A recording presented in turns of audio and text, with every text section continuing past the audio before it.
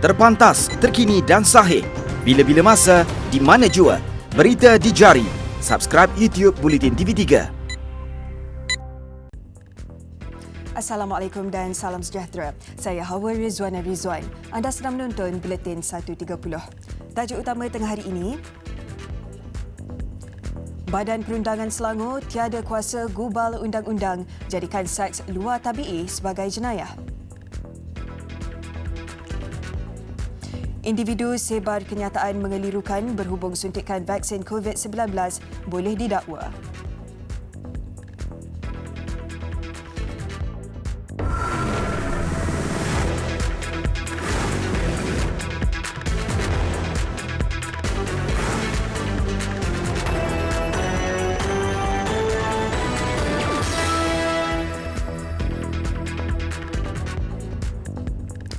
Mahkamah Persekutuan memutuskan bahawa Badan Perundangan Selangor tidak mempunyai kuasa menggubal undang-undang yang menjadikan seks luar tabi'i sebagai jenayah. Ketua Hakim Negara Tun Tengku Maimun Tuan Mat yang mempengerusikan panel 9 hakim dalam penghakimannya berkata hanya Parlimen mempunyai bidang kuasa untuk menggubal undang-undang sekaligus menjadikan seks luar tabi'i sebagai jenayah. Dalam satu kenyataan, Seksyen 28 Enactment 28 Kesalahan-Kesalahan Jenayah Syariah Selangor 1995 yang membenarkan hukuman bagi seks luar tabi'i adalah tidak berperlembagaan sekaligus menjadikan seksyen itu didapati tidak konsisten dan terbatal. Antara anggota panel yang turut bersidang termasuk Presiden Mahkamah Rayuan Tan Sri Rohana Yusof, Hakim Besar Malaya Tan Sri Azhar Muhammad, Hakim Besar Sabah dan Sarawak Datuk Abang Iskandar Abang Hashim serta beberapa Hakim Mahkamah Persekutuan. 14 Disember tahun lalu, panel itu menangguhkan keputusan mahkamah terhadap usul dibawa seorang lelaki itu bagi mencabar peruntukan yang digunakan bagi mendakwanya atas pertuduhan cubaan melakukan seks luar tabi'i.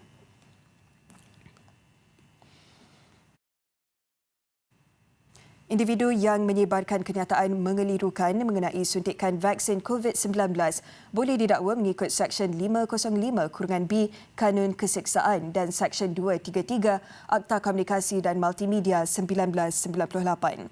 Timbalan Ketua Polis Negara Datuk Seri Akril Sani Abdullah Sani berkata, Polis Diraja Malaysia PDRM akan membuka kertas siasatan jika menerima laporan berhubung isu itu. Dalam satu kenyataan, beliau berkata, mereka yang disiasat mengikut Seksyen 505-B Kanun Keseksaan iaitu mengeluarkan kenyataan dengan niat hendak atau menyebabkan ketakutan, kegentaran kepada awam boleh dikenakan hukuman penjara maksimum 2 tahun atau denda atau kedua-duanya jika sabit kesalahan. Justru, orang ramai dinasihatkan supaya tidak membuat sebarang kenyataan yang boleh mengelirukan atau mencetuskan kegusaran kepada masyarakat. Semalam, program imunisasi COVID-19 kebangsaan fasa pertama menyaksikan Perdana Menteri Tan Sri Muhyiddin Yassin menerima suntikan vaksin COVID-19 Pfizer-BioNTech sekaligus menjadi rakyat pertama berbuat demikian. Namun terdapat kelompok anti-vaksin dikesan melobi masyarakat untuk menentang program itu dengan pelbagai maklumat salah, alasan tidak munasabah dan bertentangan dengan ilmu sains. Lebih 1,200 vaksin COVID-19 tiba di Jati Tanjung Lembong, Langkawi melalui feri kargo dari Jati Kuala Perlis. Suntikan vaksin berkenaan terlebih dahulu akan diberikan kepada 400 anggota Barisan Hadapan Kementerian Kesihatan bermula Ahad ini.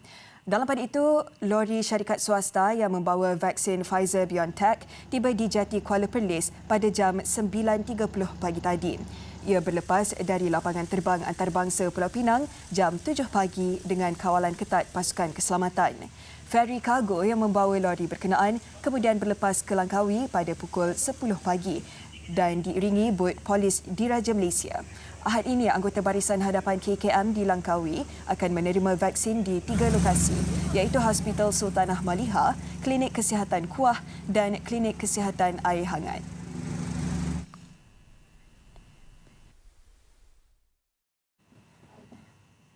21,408 pegawai perubatan kontrak dan 697 pegawai pergigian kontrak Kementerian Kesihatan KKM akan dilaraskan grade berasaskan kesetaraan laluan kerjaya pegawai tetap.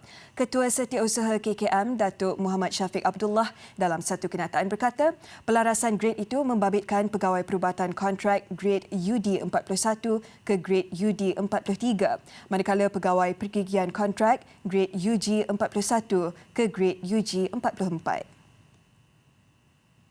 Pelarasan grade akan ditawarkan menerusi sistem e-Houseman dan e-Dentist bermula hari ini. Notifikasi mengenai tawaran akan dikemukakan kepada pegawai berkenaan menerusi email. Pelarasan grade itu selaras dengan kelulusan mengenai prinsip pelaksanaan urusan oleh Jabatan Perkhidmatan Awam JPA pada 21 Januari lalu dan kelulusan peruntukan Kementerian Kewangan MOF serta persetujuan pelantikan oleh Suruhanjaya Perkhidmatan Awam SPA semalam. Tambahnya, KKM merakamkan penghargaan kepada kerajaan berikutan meluluskan permohonan terbabit dan berharap pegawai berkenaan dapat meningkatkan lagi motivasi serta komitmen untuk melaksanakan tugasan dengan lebih cemerlang termasuk turut bersama dalam mengendalikan pandemik COVID-19. Dalam perkembangan sama, JPA pada 4 Februari dan MOF pada 10 Februari lalu telah meluluskan permohonan untuk menyambung perkhidmatan kontrak 585 pegawai perubatan, 1,071 pegawai pergigian dan 1,966 pegawai farmasi. Notifikasi tawaran juga akan dikemukakan menerusi email. Beasiswa Ijazah Sarjana Muda Pendidikan ISMP bagi bidang Bahasa Tamil tidak ditawarkan tahun ini. Ukuran wujud lebihan guru dalam mata pelajaran itu di sekolah menengah. Kementerian Pendidikan Malaysia KPM dalam satu kenyataan berkata, penawaran tempat untuk sebarang program pengajian dibuat supaya bekalan guru dapat memenuhi unjuran bidang keperluan kementerian. Dalam satu kenyataan, KPM menjelaskan bahawa langkah itu juga bagi mengelak lambakan guru dan ketidakpadanan option mata pelajaran. Bagaimanapun, unjuran kementerian mendapati terdapat keperluan guru bahasa Tamil di sekolah rendah menjelang tahun 2026. Justru pihak kementerian menerusi Institut Pendidikan Guru Malaysia IPGM akan melaksanakan pengambilan pelajar di bawah program ISMP bidang penghususan bahasa Tamil bagi kemasukan September 2021 untuk mengisi keperluan berkenaan. Penawaran beasiswa ISMP dibuat berdasarkan perancangan dan unjuran keperluan option guru KPM bagi sekolah menengah dari tahun ke tahun. Sebanyak 28 mata pelajaran yang mempunyai keperluan di sekolah menengah kementerian dan perlu diisi menjelang tahun 2025.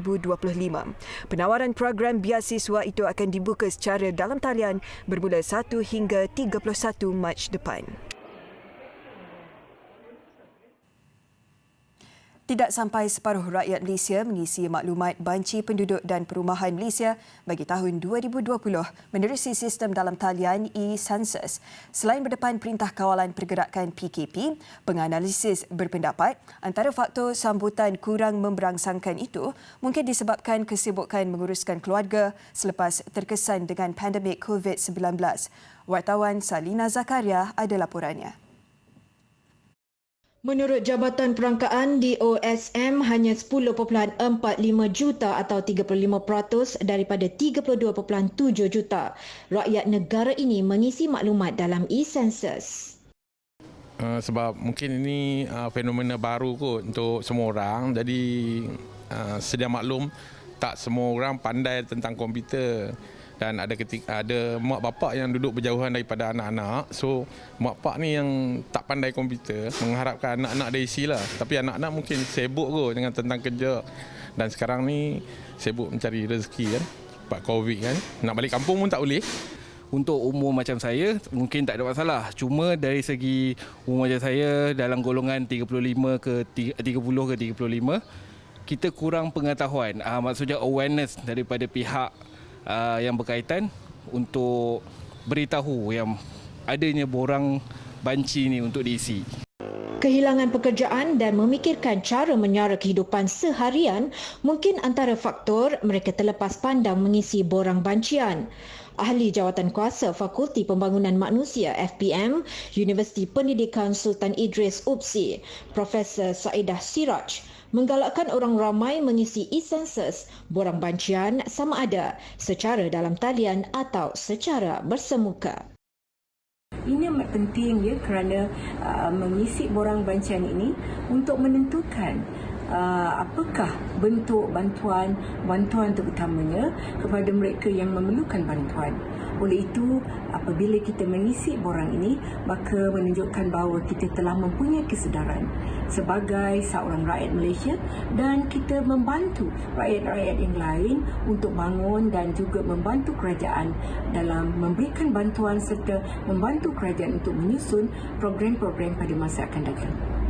Jika kita perhatikan, nikmat yang kita perolehi pada hari ini adalah hasil daripada bancian yang telah pun dikongsikan oleh masyarakat sebelum ini. Justru tanggungjawab anda sebagai masyarakat amat penting bagi memastikan generasi akan datang dapat menikmati maklumat-maklumat yang berguna serta negara akan mampu membangun lebih kompetitif. Laporan Salina Zakaria, TV3. Kaki tangan Pos Malaysia Berhad kini diberi peluang menambah pendapatan dan meningkatkan taraf kehidupan. Ini melalui program keusahawanan di mana kaki tangan penghantaran dapat menjadi rakan perniagaan bagi penghantaran bungkusan serta mil. Sejak bulan lalu, 798 rakan kongsi penghantar berkhidmat dengan Pos Malaysia menerusi program ini. Peserta mampu menjana sehingga RM8,000 dalam bentuk komisen setiap bulan berbanding gaji tetap mereka yang kurang daripada RM2,500. Program ini sebahagian pelan transformasi 5 tahun Pos Malaysia bertujuan untuk menawarkan peluang pendapatan baru untuk kaki tangan. Ini selain mainkan peranan penting dalam peningkatan kapasiti penghantaran, terutamanya ketika dalam normal baru pandemik COVID-19.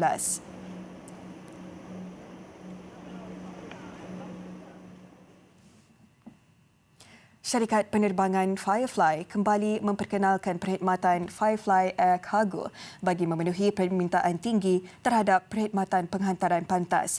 Ia menawarkan perkhidmatan penghantaran terpantas pertama di negara ini apabila bungkusan boleh dihantar dan diterima pada hari sama dalam hanya 3 jam. Perkhidmatan baru ini juga sudah pasti disambut baik ramai pengguna, terutama usahawan e-dagang dan mereka yang gemar membeli belah dalam talian.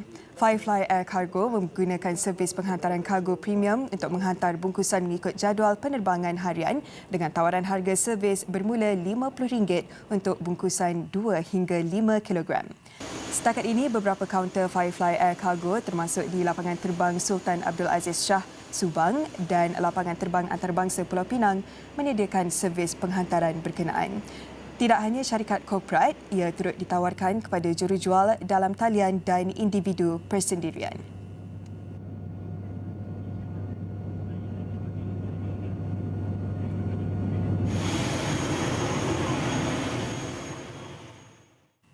Perbadanan Tabung Pendidikan Tinggi Nasional PTPTN berjaya merekodkan kutipan deposit Skim Simpanan Pendidikan Nasional SSPN RM1.99 bilion tahun lalu meskipun berdepan pandemik COVID-19. Pengerusinya, Datuk Wan Saiful Wanjan berkata tahun ini PTPTN mensasarkan kutipan deposit SSPN sebanyak RM1.8 bilion. Katanya, ia berdasarkan pencapaian positif SSPN sepanjang 3 tahun berturut-turut sejak 2018 dan dipacu dengan pelbagai langkah proaktif daripada aspek pengoperasian, pelaburan, pemasaran dan komunikasi strategik yang akan dilaksanakan sepanjang 2021. Dengan penambungan melalui SSPN, banyak keistimewaan yang akan dinikmati oleh ibu bapa dan anak-anak. Antaranya seperti yang kita lihat dalam video ringkas tadi, SSPN menawarkan pelepasan taksiran cukai sehingga RM8,000 setahun. Ada juga geran sepadan sehingga RM10,000. Pemberian dividen yang sangat kompetitif dan yang paling menarik, SSPN turut menyediakan perlindungan takaful dan khairat kematian. Beliau berkata demikian selepas melancarkan kempen ganjaran kesetiaan SSPNI 2021 dalam siaran Facebook Live di PTPTN Official semalam.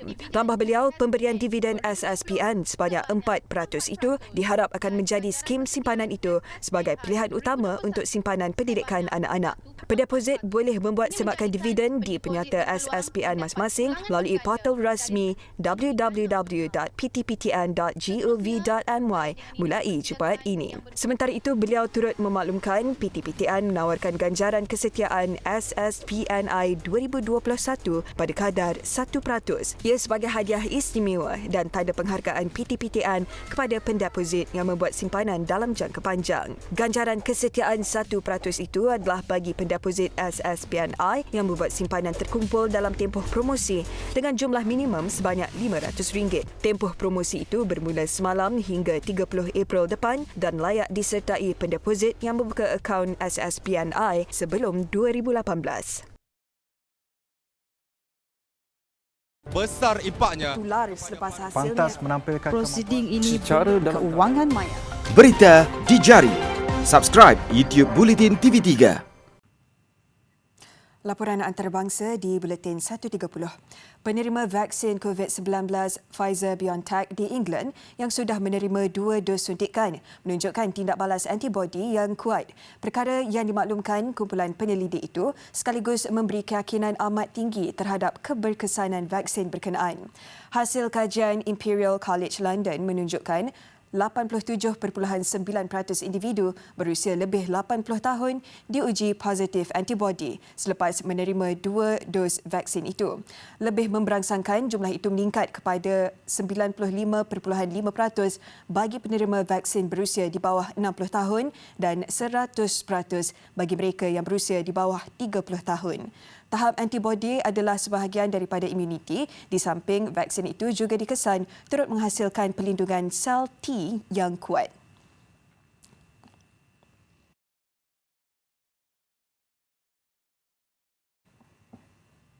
Presiden Amerika Syarikat Joe Biden memaklumkan telah meneliti laporan perisikan yang bakal diterbitkan mengenai kes pembunuhan wartawan Jamal Khashoggi. Beliau bagaimanapun belum bertemu dengan Raja Arab Saudi, Raja Salman Abdul Aziz Al Saud bagi membincangkan mengenai perkara itu. Laporan berkenaan menyatakan peranan putera pemerintah itu dalam pembunuhan Jamal Khashoggi. Menurut pihak keselamatan Arab Saudi, beberapa pegawai kanan putera Muhammad bin Salman merancang dan membunuh wartawan itu di Konsulat Arab Saudi di Istanbul pada 2018.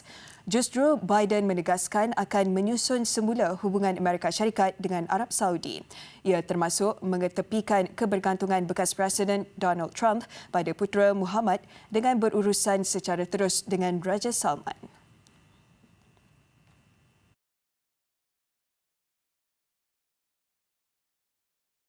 Besar impaknya. Tular selepas hasilnya. pantas menampilkan Prosiding ini secara dalam keuangan maya. Berita di jari. Subscribe YouTube Bulletin TV3. Perkembangan sukan. Selepas beberapa kali diuji, kemalangan yang menimpa legenda golf dunia Tiger Woods semalam pastinya paling sukar untuk ditelan. Menurut pakar ortopedik yang merawatnya, Woods perlu menjalani pembedahan panjang dan kecederaan kaki kanan yang dialaminya bakal menyaksikan sukar untuk Woods kembali ke arena golf profesional. His recovery may take a long time, months to years, and it may not be complete. We know that the injury to Tiger's legs involves the upper and lower portions of the tibia, or his shin bone, the ankle, and his foot. That means it's his ankle joint, the essential joints of his foot, and possibly his knee may be affected. Kemalangan yang dialami Tiger Woods di selatan California semalam menyaksikan dia bakal menjalani prosedur pembedahan panjang. Ia berikutan kecederaan tulang yang hancur di beberapa bahagian kaki kanannya. Dan kini pakar perubatan terpaksa memasang rod, skru dan pin di bahagian kaki yang tercedera untuk menstabilkan keadaan.